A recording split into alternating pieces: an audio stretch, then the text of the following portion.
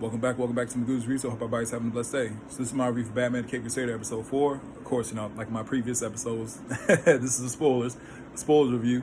Again, the show was created by, Matt Reeves, J.J. Abrams, Bruce Timm, Ed Brubaker. He's another executive producer on there. He's also the writer of this specific episode, which stars Firebug. They keep saying Firefly, but he goes by Firebug. Overall, it was a solid episode. I say it was solid. I'm gonna get into the pros and the cons, but overall, I thought it was a pretty solid episode. Starting off just with this episode, it centers around Firebug. But the main thing is GCPD, Gotham Police, they're trying to set up stings to catch a Batman, and it's led by Montoya. So Montoya is led by, GCPD. She's led to set up different stings for the police to try to get Batman, and nothing is working. So, as they set the different stings, Flask and Bullock come up with the idea of, all right, we're going to take one of the crazy guys, Firefly. We're going to take him to, I think it was west side or east side of Gotham, give him his utensils, give him all his stuff, his suit and everything like that.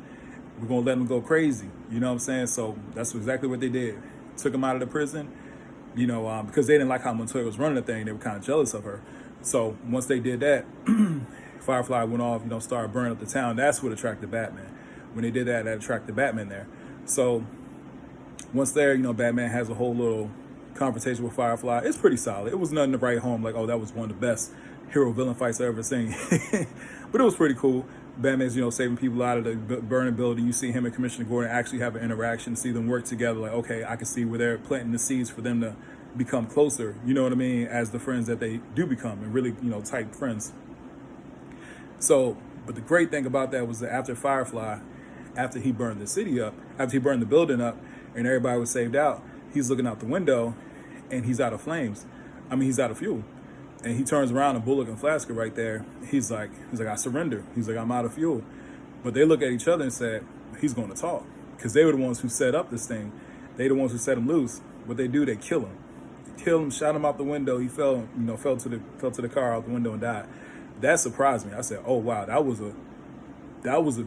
risky, but it worked. In my personal opinion, that worked. You know what I mean? Because Firefly's Firebug. He's a cool villain, but he's not like Joker. He's not like Riddler, Bane or Catwoman. You know what I'm saying?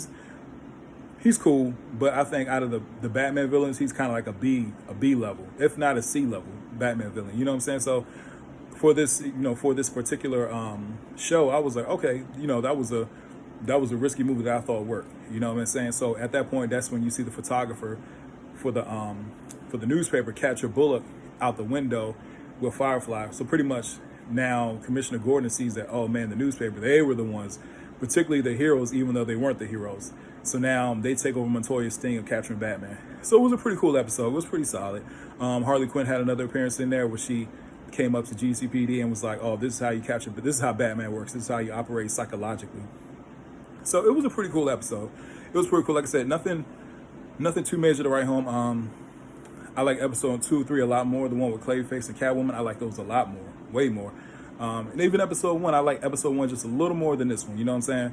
But overall, it's still solid. There was another cool part. It was very cool, and you gotta really pay attention to the beginning to catch it. In the beginning, I think when the mayor or somebody, one of the congressmen is speaking in the beginning, you see a bunch of news reporters in front of him. Mind you, this takes place in the 1940s.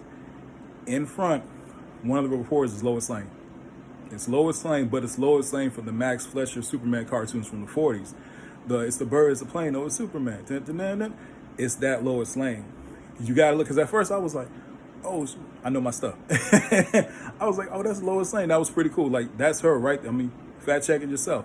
That was Lois Lane right there, and they had another scene with her kind of close. So I'm like, oh, they were throwing that for the fans. Like, yeah, this could be a bigger universe if we wanted it to, you know what I mean? And that'd be kind of cool. Like I said, the main thing I love about this show is the 40s aesthetic to the show that is based on I love that. Absolutely love that. I thought that was a very smart move, you know what I'm saying? Before this episode, I go 7.5 out of 10.